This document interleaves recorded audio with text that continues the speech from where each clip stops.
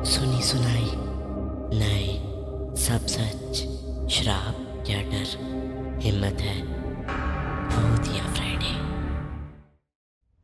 मुंबई, वो शहर जहां हर इंसान बड़े पर्दे पर आना चाहता है, पर कुछ पर्दे ऐसे भी हैं जो सिर्फ डर और दहशत की कहानियां दिखाते हैं।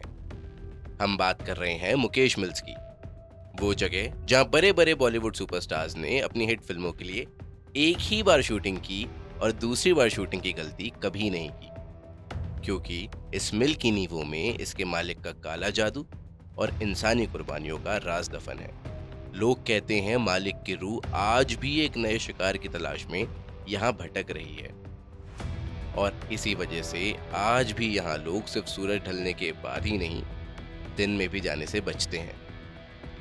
शाम के 5 बज रहे थे और थोड़ी ही देर में मिल के दरवाजे बंद होने वाले थे, पर उससे पहले यहाँ कंटेंट की तलाश में आ पहुंचे दो दोस्त, वीर और प्रीत। वीर एक जाना माना व्लॉगर था और वो ऐसी जगह पर व्लॉग बनाने के लिए बहुत फेमस भी था। वहां आकर अपना कैमरा और माइक ऑन करके वीर बोला, yo what's up guys, time is 5 PM। आज हम साबित कर देंगे कि ये मिल सिर्फ एपिक लोकेशन है, कोई भूत वूत नहीं है। प्रीत, जल्दी चल उस ब्लैक वॉल के पास। सुना है उस मिल ओनर ने सबसे पहले वहीं से रिचुअल शुरू किए थे। जितना एक्साइटेड वीर था, उससे बिल्कुल ही अलग था प्रीत, जो थोड़ा डरा हुआ था। उसकी घबराहट उसकी आवाज में साफ झलक रही थी। उसने वीर को टोकते हुए बोला, वीर, मैं सीरियसली कह रहा हूँ, यहाँ की हवा कुछ अजीब सी है। मुझे ऐसी अजीब सी बदबू आ रही है जैसे यहाँ कुछ बहुत सालों से सड़ रहा है। चुपचाप 2-3 शॉट्स ले और निकलते हैं। कंटेंट की इतनी भी क्या भूख। वीर ने प्रीत की घबराहट को नजरअंदाज कर दिया और हंसते हुए बोला, चिल कर, अभी तो सिर्फ टीजर शुरू हुआ है। वीर ने प्रीत की एक ना सुनी और वो सीधा उस लंबे और सुनसान से कॉरिडोर की तरफ बढ़ गया, जहां की पूरी दीवार काले गाढ़े प्लास्टर से ढकी हुई थी। ये वो दीवार थी जिसमें दरवाजों की सिर्फ आकृतियां थी, बंद बंद और सिर्फ बंद दरवाजे। थोड़ी देर इस कॉरिडोर में चलने के बाद प्रीत ने एक अजीब बेचैनी के साथ वहां आ रहे अजीब से बदबू के बारे में पूछा, जो कि ऐसी लग रही थी कि मानो खून और जले हुए गोश्त से मिलकर बनी हो। पर वीर ने इस बात को भी नजरअंदाज कर दिया, क्योंकि उसकी आंखें बस कुछ ऐसा ढूंढ रही थी जिससे वो रातों रात सोशल मीडिया पर फेमस हो जाए। और इसी बीच वीर की नजर उस काली दीवार में एक छेद से लटकते हुए जंग लगी जंजीर पर गई, और वो देख वीर अचानक से खुश हो गया और बोला, मिल गया। ये देख प्रीत, पक्का यही वो स्विच है जो मिल ओनर यूज करता था। भूत वूत कुछ नहीं होता, सिर्फ ड्रामा है। कंटेंट के लिए कुछ क्लिकबेट भी तो मिलना चाहिए।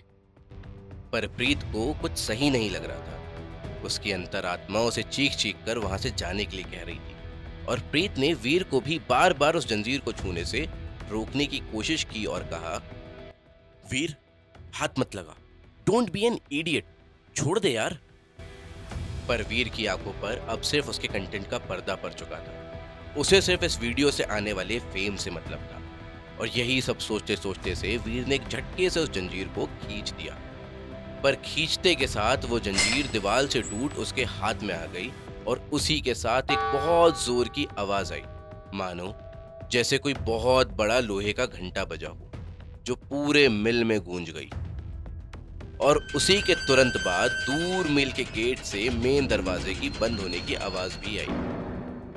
पर प्रीत और वीर कंटेंट के चक्कर में मिल में इतने अंदर आ चुके थे कि अब अगर वो आवाज भी लगाएंगे तो बाहर किसी को सुनाई नहीं देगा। प्रीत बहुत ज्यादा डरा हुआ था, और अब प्रीत को देखकर और ये आवाज सुनकर वीर की घबराहट भी उसके चेहरे पर साफ नजर आ रही थी। वीर घबराते हुए बोला, ये क्या था? इतनी जोर की आवाज किस चीज की थी?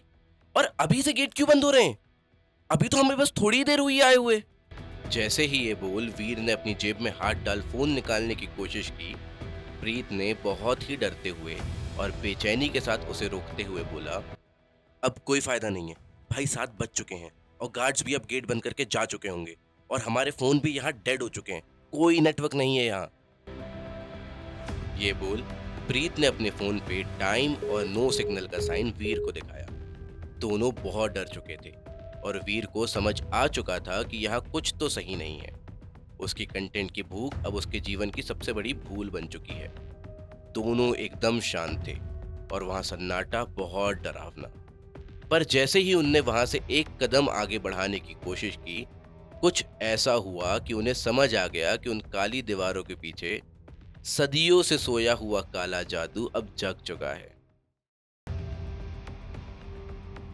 उन्हें हर तरफ से लोगों की चीखने की आवाजें सुनाई देने लगी, जैसे कि वो मदद मांग रहे हैं।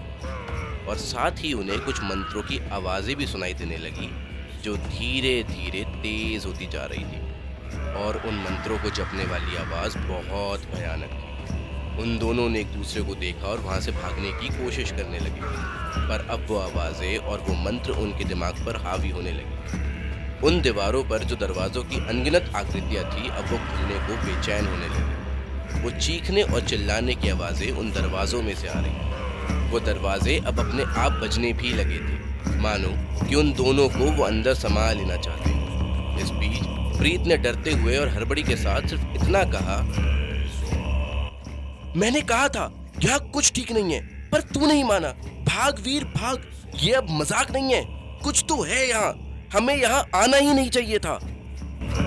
ये बोलते हुए दोनों वहां से भाग के मेन गेट की तरफ जाना चाहते थे, पर वो लंबी सी कॉरिडोर ऐसी लगने लगी थी कि जैसे उसका कोई अंत ही ना हो।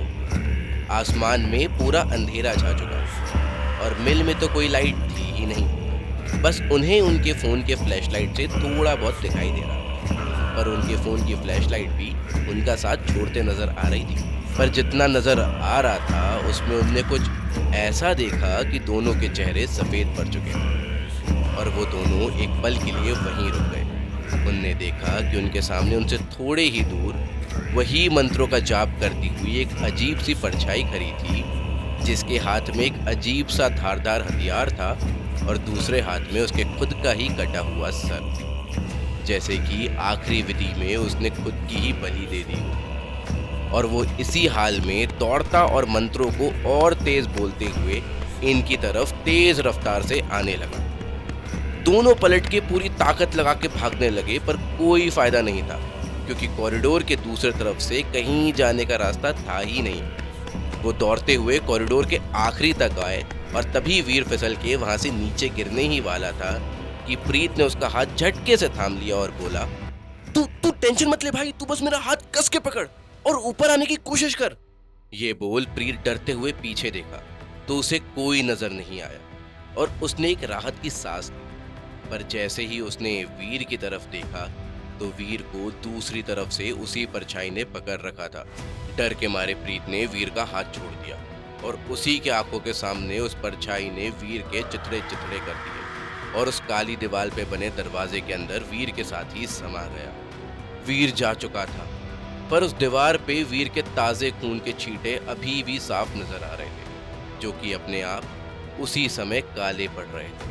उन चीखों में प्रीत को अब वीर की आवाज भी साफ सुनाई दे रही थी।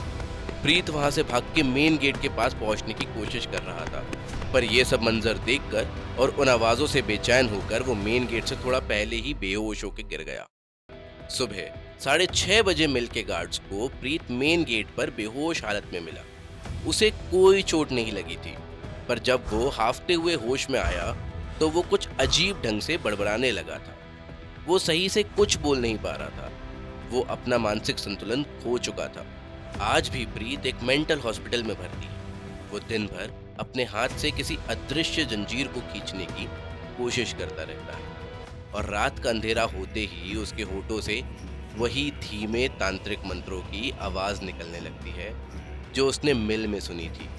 उसका दिमाग हमेशा के लिए उस काली दीवार के दरवाजों में कैद हो चुका था।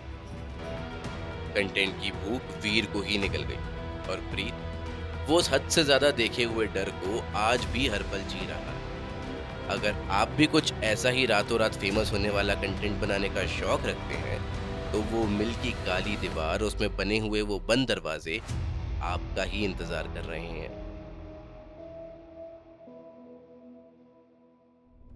भूतिया फ्राइडे पर हम हर हफ्ते लेकर आते हैं एक नई और खौफनाक कहानी, इसलिए सब्सक्राइब जरूर करें।